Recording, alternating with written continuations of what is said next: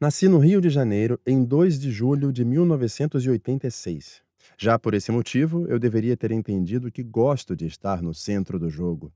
Escolho o dia que divide o ano exatamente na metade, o 183º. Meu pai, Bernardo Rezende, chamado de Bernardinho por todos, é uma lenda do vôlei.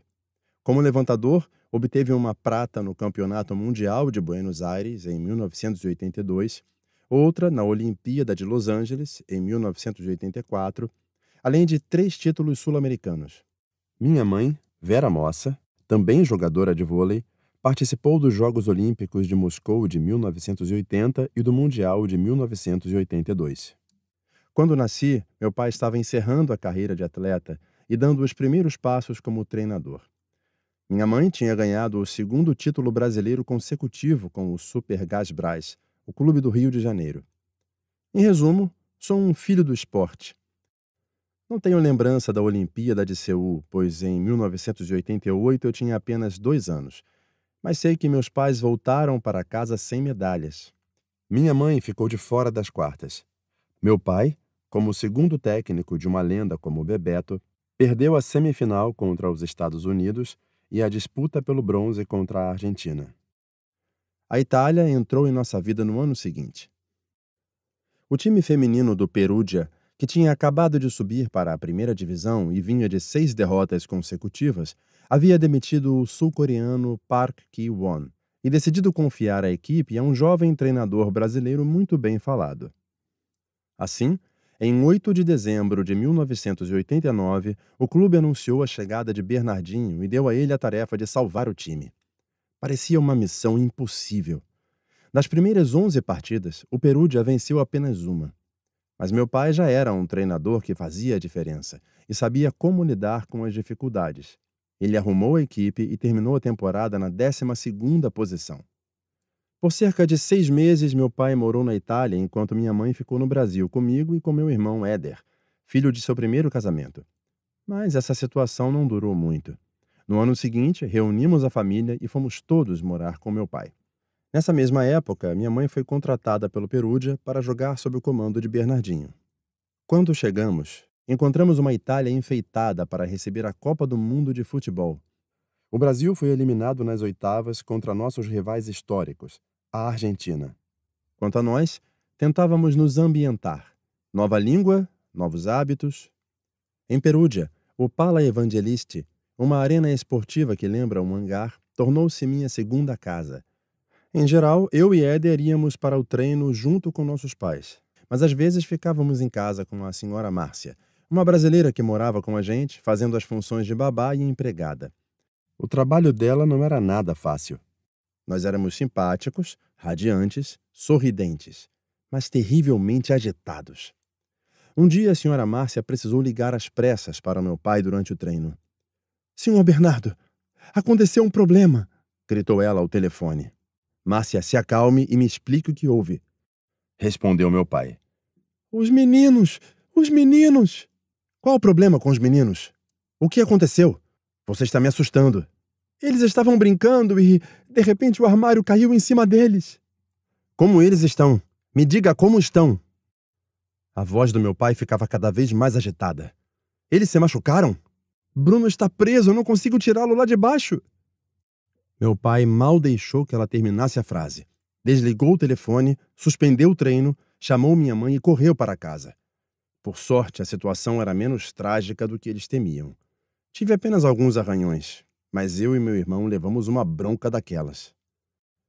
Depois disso, não é que tenhamos mudado nosso jeito de brincar, mas pelo menos os móveis ficavam no lugar, o que já era uma grande vitória. Nessa mesma casa, às vezes aconteciam encontros em que o time assistia aos vídeos, na época em VHS, das equipes adversárias. O grupo todo participava. Jogadoras, comissão técnica, ninguém ficava de fora. Para mim, esses foram os primeiros momentos de vestiário. Eu tinha apenas 4 anos, mas já começava a respirar e viver aquele senso de comunidade que me acompanharia para sempre, no esporte e na vida. Acho que foi justamente naquelas longuíssimas e maravilhosas tardes que nasceu a consciência da importância do grupo e do quanto isso pode fazer a diferença. É por isso que é fundamental estarmos juntos, no ginásio e principalmente fora dele. Minha energia e meu desejo de descobrir o mundo aumentavam à medida que meu corpo crescia.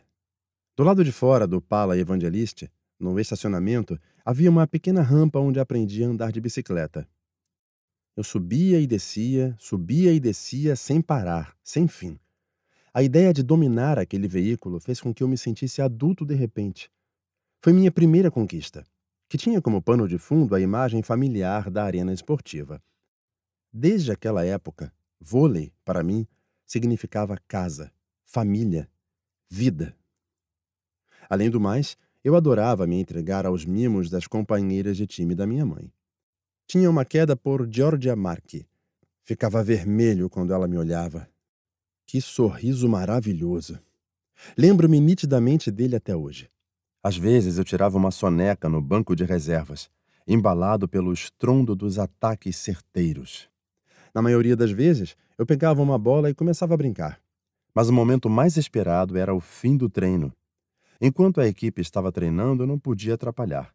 Então, esperava a minha vez, embora ansioso para jogar com meus pais. Eu me sentia nas nuvens quando enfim ouvia a voz deles. "Pode vir, Bruno!" A quadra, meus pais e eu. A melhor coisa que existe. Aquelas foram as primeiras jogadas em dupla da minha vida.